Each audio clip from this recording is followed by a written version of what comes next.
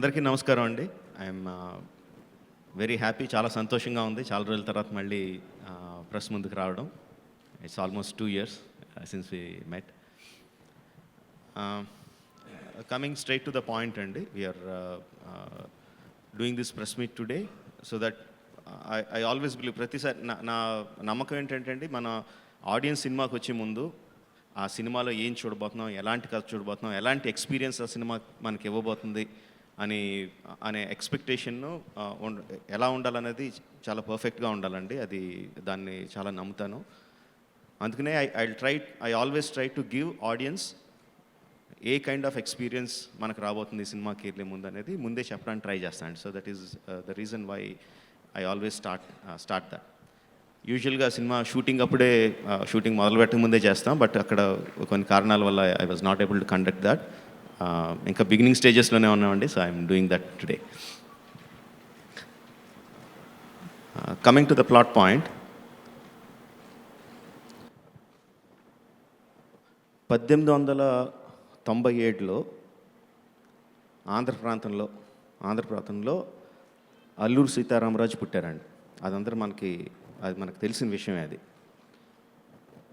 ఆయన ఇంగ్లీష్ చదువులే కాకుండా వేదాల్లోనూ పురాణాల్లోనూ ఇతిహాసాలన్నీ చాలా బాగా చదువుకున్నారు. యోగా ఎక్స్పర్ట్ ఆయన. బట్ యుక్త వయసులో ఉండగా ఆయన ఇల్లు వదిలి ఊరు వదిలి వెళ్ళిపోయారు. తీర్థయాత్రలు అంటారు, తపస్సు కోసం అంటారు, దేశయాటన కోసం అంటారు. ఒక 2-3 సంవత్సరాల పాటు ఆయన లేరు. ఎక్కడికి వెళ్ళారు, ఏం చేశారో తెలీదు.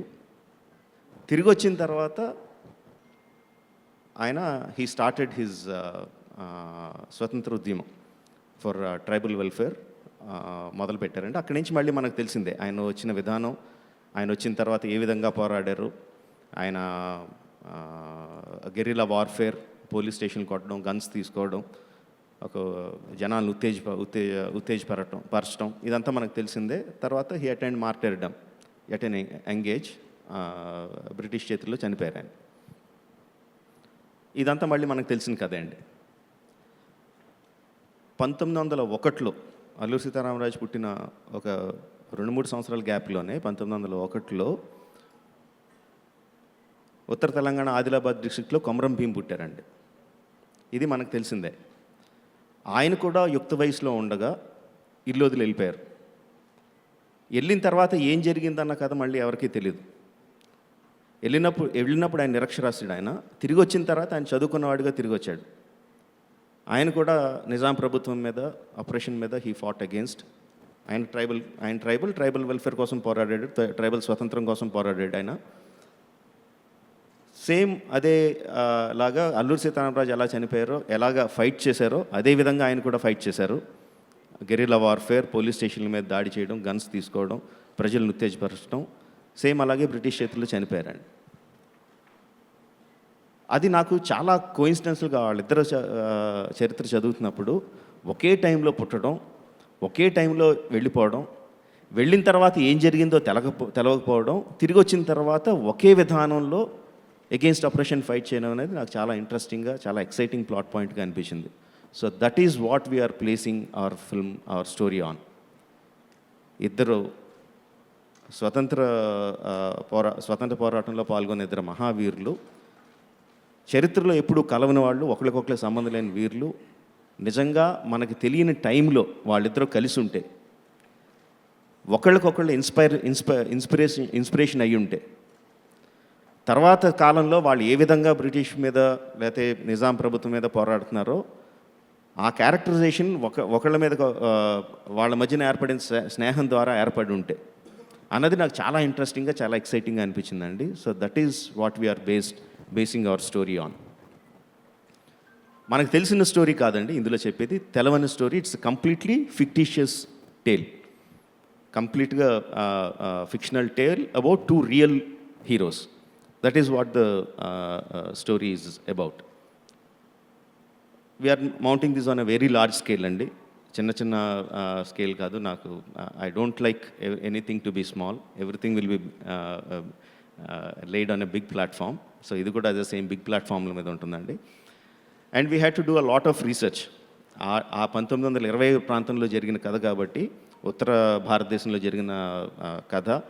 సో దాని మీద చాలా చాలా రీసెర్చ్ చేయాల్సి వచ్చింది. ఆ రోజుల్లో ఏముండేది, లైఫ్ స్టైల్, జీవన విధానం ఎలా ఉండేది, కాస్ట్యూమ్స్ ఎలా ఉండేది, జనాలు ఎలా ఉండేవారు, మాట్లాడే విధానం ఎలా ఉండేది, వర్తకం ఎలా ఉండేది. We had to do a lot of research. అందుకని 2 రోజులు పట్టింది సినిమా స్టార్ట్ చేయడానికి. So we got everything ready. ఆ తర్వాతే మొదలుపెట్టాం. అండ్ ఇలాంటి స్టోరీకి, ఇంత పెద్ద హీరోస్ ఉన్న స్టోరీకి we also need the supporting characters to be very big. చాలా స్ట్రాంగ్ సపోర్టింగ్ కాస్ట్ ఉండాలండి. And we're very happy to have a very strong supporting cast. Ajay Devgan garu has accepted to do a very strong role in the film. ఆయనకి వెళ్ళి కలిశాను, ఏగప్పుడు పరిచయం ఉంది ఆయనతో, ఇలాగ message పెట్టాను ఒకసారి కలవాలని. ఇమీడియట్గా ఓకే అన్నారు. వెళ్ళి క్యారెక్టర్ ఎక్స్ప్లెయిన్ చేశాను ఆయనకి. ఇమీడియట్గా డేట్లు ఎప్పుడు కావాలని అడిగారు.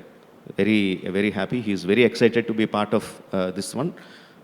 ఫ్లాష్ బ్యాక్లో వచ్చి ఒక పవర్ఫుల్ క్యారెక్టర్ ప్లే చేస్తున్నారండి అజయ్ దేవగన్ గారు. And at the same time Alia Bhatt will be playing opposite Charan.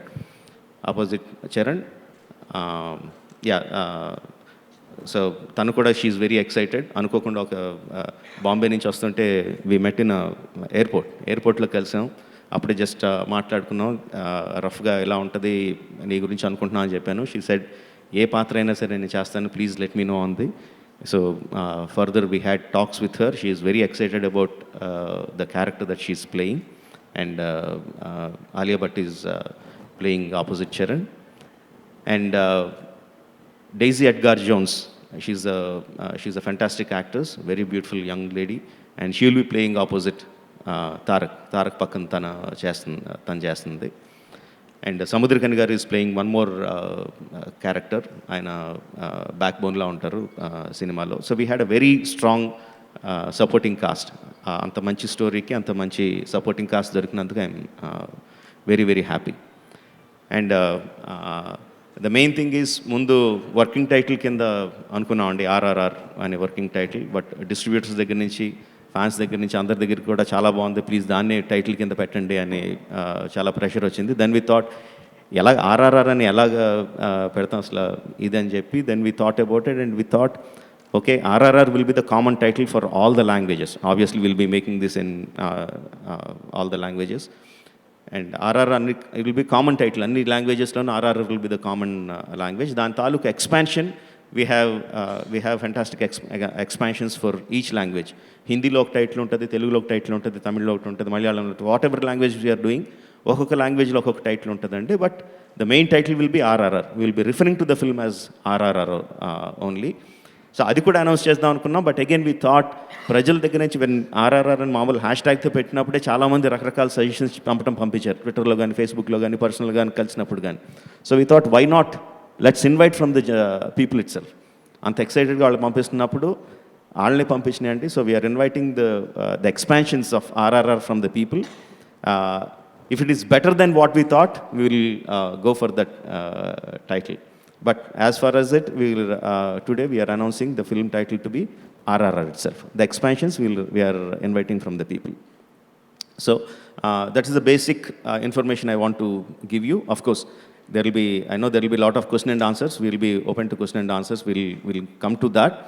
And so I'm giving the mic to the next one. So na cinema lo meeku telisina Alluri Sitaram ga ఇంకా మారకముందు, the younger version of Alluri Sitaramaraju is being played by Charan. And the younger version మీకు తెలియని Komaram Bheem will be played by Tarak.